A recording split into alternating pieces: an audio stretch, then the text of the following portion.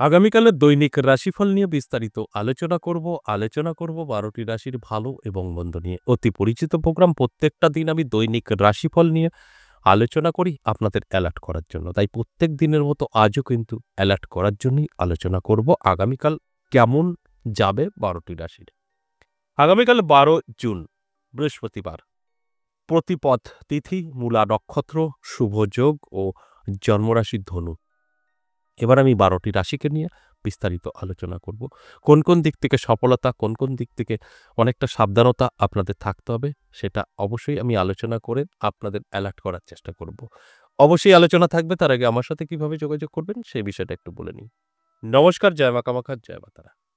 যারা সরাসরি আমার সামনাসামনি বসে কথা বলতে চাইছেন আপনার সমস্যা নিয়ে, তাহলে আপনাকে দুটো জায়গার যেকোনো একটি জায়গা বেছে নিতে হবে। একটা নদিয়া, একটা তারাপীঠ, বীরভূম। তারাপীঠ আপনারা সকলেই চেনেন, আপনাদের নতুন করে চেনানোর কিছু নেই। তারাপীঠ যারা দেখা করতে চাইছেন, হোয়াটসঅ্যাপে এসে ভয়েসে বা লিখে বলবেন, অ্যাড্রেস, কন্ট্যাক্ট নাম্বার আপনাকে পাঠানো হবে। ওই কন্ট্যাক্ট নাম্বারে আপনি সরাসরি কল করে নামটা লিখে নিতে পারবেন এবং বিস্তারিত জানতে পারবেন এবং আপনাকে গাইড করে নেবে। আর নদিয়া বীরনগর আমার মন্দির ১০ মহাবিদ্যা কালীবাড়ি যদি আসতে চান, সেক্ষেত্রেও হোয়াটসঅ্যাপে এসে ভয়েসে বা লিখে বলতে হবে যে আমি ১০ মহাবিদ্যা কালীবাড়ি যেতে চাই। অবশ্যই আপনাকে এখানকার কন্ট্যাক্ট নাম্বার এবং অ্যাড্রেস পাঠানো হবে। খুব সহজে চলে আসতে পারবেন। এবার আসুন, এই তারাপীঠ কবে পাবেন? তারাপীঠ ইংরেজি মাসের শুরু এবং শেষে পাবেন। আর এগুলো তারিখগুলো আমরা জানিয়ে দিই, ঠিক এরকম কোনো ভিডিওর মাধ্যমে। আর এই মুহূর্তে আপনি জুন মাসে পেয়ে যাবেন ২০ এবং ২১ তারাপীঠ। যদি মনে হয় খুব প্রয়োজন আছে, অবশ্যই নামটা লিখে নেবেন। যদি মনে হয় না আমি ১০ মহাবিদ্যা কালীবাড়ি আসতে চাই, সেক্ষেত্রে আপনাকে প্রত্যেক সপ্তাহে ৩ দিন করে আমার এখানে পাবেন। সেই ৩ দিনের মধ্যে চলে আসবেন। সোমবার, মঙ্গলবার, বুধবার বেলা ১১টা থেকে সন্ধ্যে ৬টা। যদি মনে হয় বীরনগর আসবেন, তাহলে সপ্তাহে ৩ দিন করে পেয়ে যাবেন। তারাপীঠে মাসে ২ বার পেয়ে যাবেন। আর আপনি কেন আসবেন? হঠাৎ করে আপনার সময়টা একটু খারাপ, আমি বলব একদম আসবেন না। কোনো অ্যাস্ট্রোলজার তান্ত্রিকের কাছে যাবেন না। সময় আমাদের ভালো এবং মন্দ থাকবেই। সেগুলো নিয়েই আমাদের চলতে হবে। যদি দেখছেন লং টাইম সমস্যা আপনার, কিছুতেই মিটছে না, তখন আপনি কারো সাথে যোগাযোগ করুন। সেক্ষেত্রে আপনার অবশ্যই প্রয়োজন আছে। হঠাৎ ১ দিন ২ দিন খারাপ, একদম কোথাও যাবেন না। তাতে আপনারই ক্ষতি হবে।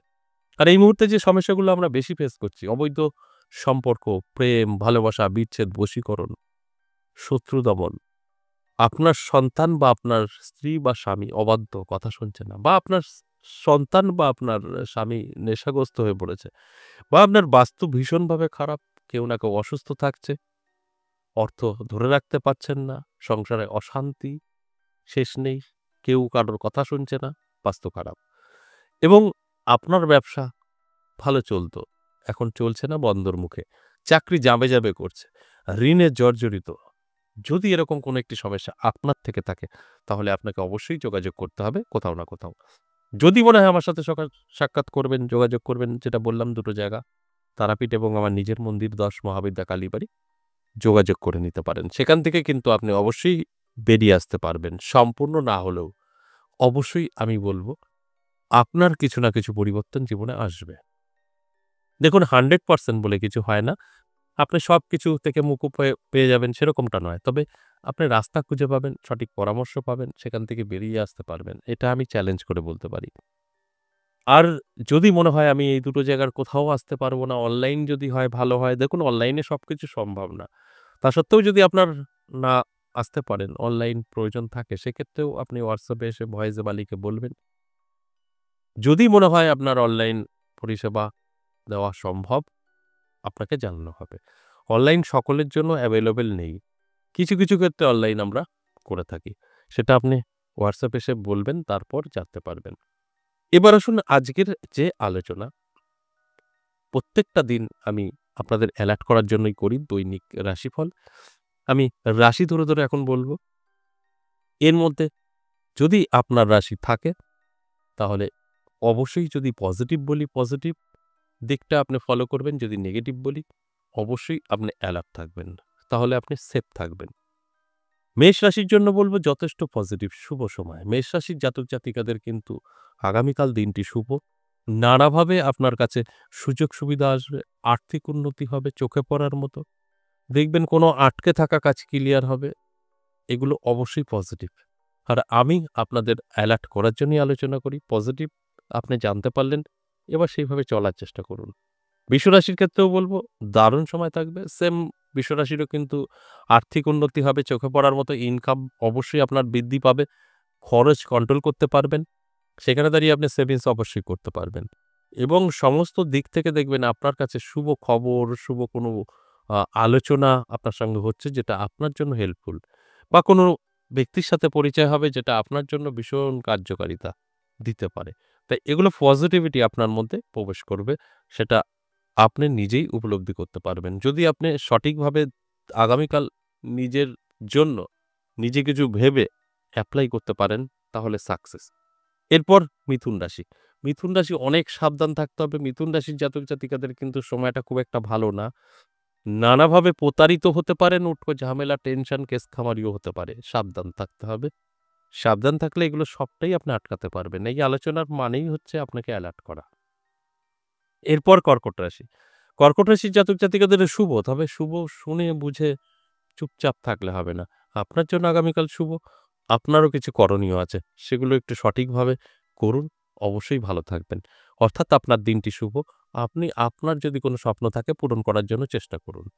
বা নানাভাবে আপনার জীবনে যে সুযোগ সুবিধা আসবে সেগুলোকে গ্রহণ করুন। নানা দিক থেকে দেখবেন আপনি আ অনেক রকম যোগাযোগ আপনার সাথে তৈরি হবে, সেগুলোকে কাজে ব্যবহার করুন।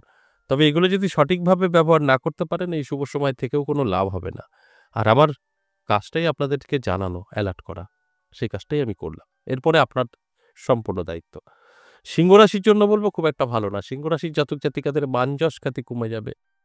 টেনশন, দুশ্চিন্তা ঘিরে ধরবে। নানাভাবে আপনি কিন্তু বিপদের মুখেও পড়তে পারেন। তাই অ্যালার্ট থাকলে সবটাই আটকাতে পারবেন, এটা সম্ভব।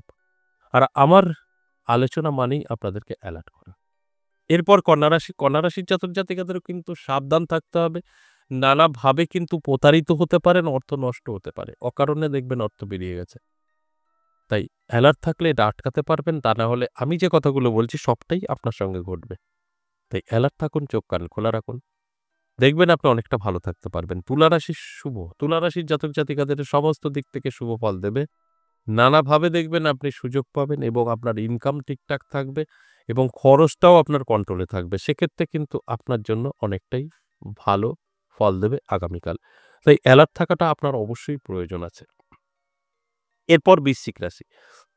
বৃশ্চিক রাশির জাতক-জাতিকাদের খুব একটা ভালো সময় যাবে না। বৃশ্চিক রাশির জাতক-জাতিকাদের ঋণে জর্জরিত হয়ে যেতে পারেন। হঠাৎ করে দেখবেন একটা ঋণের কারণে টেনশন, দুশ্চিন্তা চেপে বসতে পারে। ধরুন বহু আগে একটা ঋণ করে ফেলেছেন, সেই শোধ করার ডেট আগামীকাল। আপনি কিছুতেই দিতে পারবেন না। তার উপর থেকে একটা প্রেশার আসবে। আপনার মানসিকতা খারাপ হবে। এটা আপনি আগে থেকে জানতে পারলে এটা কন্ট্রোল করতে পারবেন। আপনার জানা হয়ে গেল। এবার সেইভাবে চলার চেষ্টা করুন। এরপর ধনুরাশি। ধনুরাশির জাতক-জাতিকাদেরও বলব কিন্তু খুব একটা ভালো যাবে না স্বাস্থ্য সংক্রান্ত। অন্যান্য দিক থেকে ভীষণ ভালো যাবে। আপনার স্বাস্থ্য আপনার সাথ দেবে না। নানাভাবে কিন্তু আপনি রোগগ্রস্ত হয়ে পড়তে পারেন, অসুস্থ হতে পারেন। তাই আমি বলব অ্যালার্ট থাকুন, শরীরের যত্ন নিন। আপনি কিন্তু সমস্ত দিক থেকেই ভালো থাকতে পারবেন। শুধু স্বাস্থ্য আপনার কিন্তু সাথ দেবে না। এরপর মকর রাশি দারুণ শুভ সময়। মকর রাশি জাতক-জাতিকাদের নানা দিক থেকে সুযোগ সুবিধা আসবে। আর্থিক উন্নতি হবে চোখে পড়ার মতো। তাই মকর রাশির জাতক-জাতিকাদের উদ্দেশ্যে বলব, অবশ্যই অ্যালার্ট থাকুন, চোখ কান খোলা রাখুন। চেষ্টা পরিশ্রম অবশ্যই আপনার করতে হবে। আপনার সময় ভালো তো, শুভ। তাই শুভ সময়টা শুভ কাজে ব্যবহার করুন। দেখবেন আপনার অনেক স্বপ্ন পূরণ হতে পারে। এরপর কুম্ভ রাশি। কুম্ভ রাশির জাতক-জাতিকাদেরও কিন্তু দারুণ সময় থাকবে। তবে অবশ্যই সতর্ক থাকুন, চোখ কান খোলা রাখুন। আপনি কোথাও গিয়ে ফেঁসে যেতে পারেন, অর্থ নষ্ট হতে পারে। বাস এগুলো যদি আপনি কন্ট্রোল করতে পারেন তাহলে আপনার জন্য কিন্তু যথেষ্ট শুভ সময় থাকছে আগামীকাল। শুধু নিজেকে কন্ট্রোল করতে হবে। তাহলেই দেখবেন আপনি সমস্ত দিক থেকে সাকসেস পেয়ে যাবেন। এরপর সর্বশেষ মীন রাশি। মীন রাশির জাতক-জাতিকাদের জন্য কিন্তু অনেকটাই সতর্ক থাকতে আমি বলব। কারণ আপনাকে যে কেউ ফাঁসাতে পারে, যেকোনোভাবে আপনার বিপদে ফেলে দিতে পারে। এটা আপনার হাতে কন্ট্রোল। আপনি চাইলে এগুলোকে আপনি কন্ট্রোল করতে পারবেন, নিজেকে সুরক্ষিত রাখতে পারবেন। যদি কাউকে বিশ্বাস করে ফেলেন আগামীকাল তাহলে আপনি বিপদে পড়ে যেতে পারেন। কারণ আপনার কিন্তু বিপদে পড়ার সম্ভাবনা থাকছে আগামীকাল। এই যে মেষ থেকে মীন ১২ টি রাশিকে নিয়ে আলোচনা করলাম এটা সম্পূর্ণ এভারেজ এবং সর্বজনীন। এক্ষেত্রে কিন্তু কারোর ব্যক্তিগত জন্মছক বা হস্তরেখা বিচার বিশ্লেষণ করে আলোচনা করা হয়নি। তাই সেক্ষেত্রে আমি প্রত্যেকটা দিনই বলি এখানে 50% জাতক জাতিকারা লাভবান হবে আর 50% জাতক জাতিকাদের মিলবে না। আশা করি বুঝতে পেরেছেন। আজ এ পর্যন্তই, আবারও আসবো নেক্সট ভিডিও নিয়ে। ততক্ষণ ভালো থাকুন। নমস্কার।